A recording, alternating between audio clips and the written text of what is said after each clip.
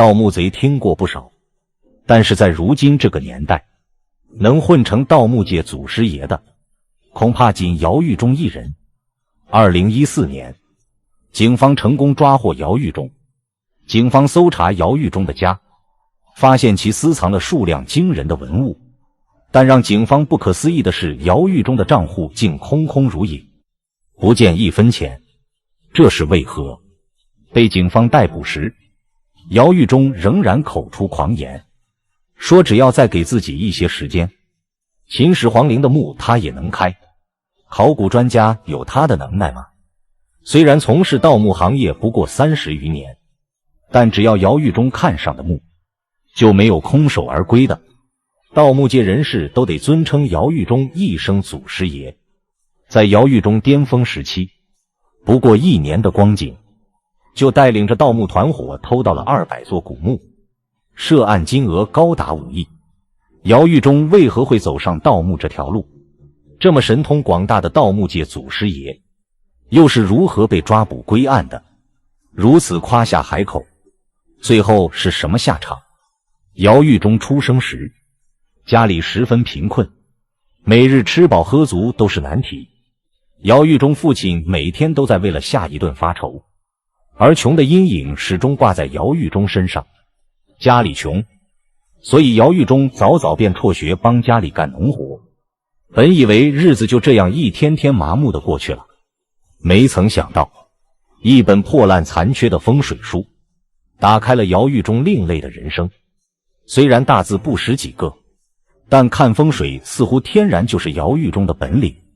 那些在旁人看起來晦澀難懂的東西，姚玉忠一點就通。不管是觀星象，還是看風水，姚玉忠都覺得十分輕鬆。他一開始也沒多想，就是覺得多會一點能和小夥伴吹牛皮。畢竟那會兒他不過10幾歲的年紀。他又找來了《周易》、八卦等其他的風水書籍，越看越上癮，恨不得親手實驗一番。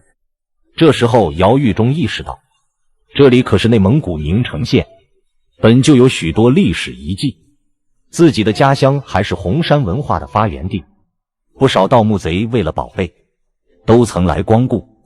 古人就是利用風水知識，給自己安家落戶，修建陵墓。那是不是意味着，自己通曉風水知識後，也可以盜墓拿寶貝換錢？姚玉忠可不是頭腦一熱的愣頭青，在多番嘗試後，他確認了一個古墓的位置，趁着夜色，摸黑進了古墓。第一次進古墓，又是孤身一人，姚玉忠難免心生膽怯。他擔心自己沒了命，但來都來了，總不好空手而歸。不過第一次盜墓，姚玉忠就成功找到了一塊古玉，轉手賣出去，姚玉忠淨賺2000元。2000元的巨款，沖昏了姚玉忠的頭腦。還有什麼能比盜墓倒賣文物來錢更快呢？即便是兢兢業業工作，想賺2000元也得漫長的光景。吃盡了窮的滋味，嘗到甜頭的姚玉忠怎麼會輕易放棄？自那以後，姚玉忠開始了多次盜墓之旅，每一次都能帶回來不少文物。姚玉忠身家暴漲，而盜墓的手法也是越發嫻熟。這時候姚玉忠已經改變了最初的想法，雖然自己一個人盜墓賺得不少，但是太累了，乾脆直接帶領一批盜墓團伙，自己做老大，豈不美哉？當姚玉忠發出招募团伙的信號時，不少盜墓賊聞聲而來，紛紛想加入他的團伙。盜墓不簡單，每次都能安全帶着寶貝從古墓撤出更不簡單，自己摸爬滾打，可能一輩子賺不到姚玉忠下墓一次的錢，還不如前來拜師學藝，跟着姚玉忠吃香的喝辣的。姚玉忠確實也是有真本事在的，他白天提前踩好點，晚上便帶領團伙前來盜墓。作為老大，姚玉忠只需要雙手插兜，看着手下挖完，再把裡面最貴重的文物拿走，別提多自在了。這種做法時間一長，便引起了團夥成員的不滿，但也拿姚玉忠没辦法。畢竟姚玉忠雖然確實帶着他們賺了不少，但是真本事卻一點沒傳授。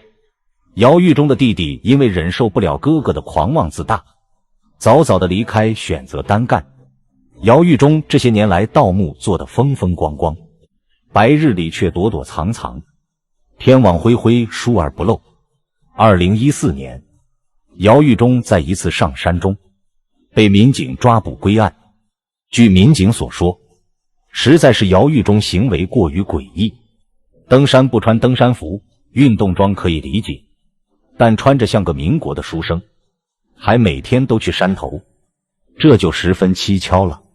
警方後續對姚玉忠的豪宅進行搜尋，發現了大量的文物，青銅器、瓷器、金銀器數不勝數。通過姚玉忠提供的線索，警方陸陸續續將姚玉忠犯罪團夥的225名成員全部抓捕歸案，涉案金額高達5億人民幣。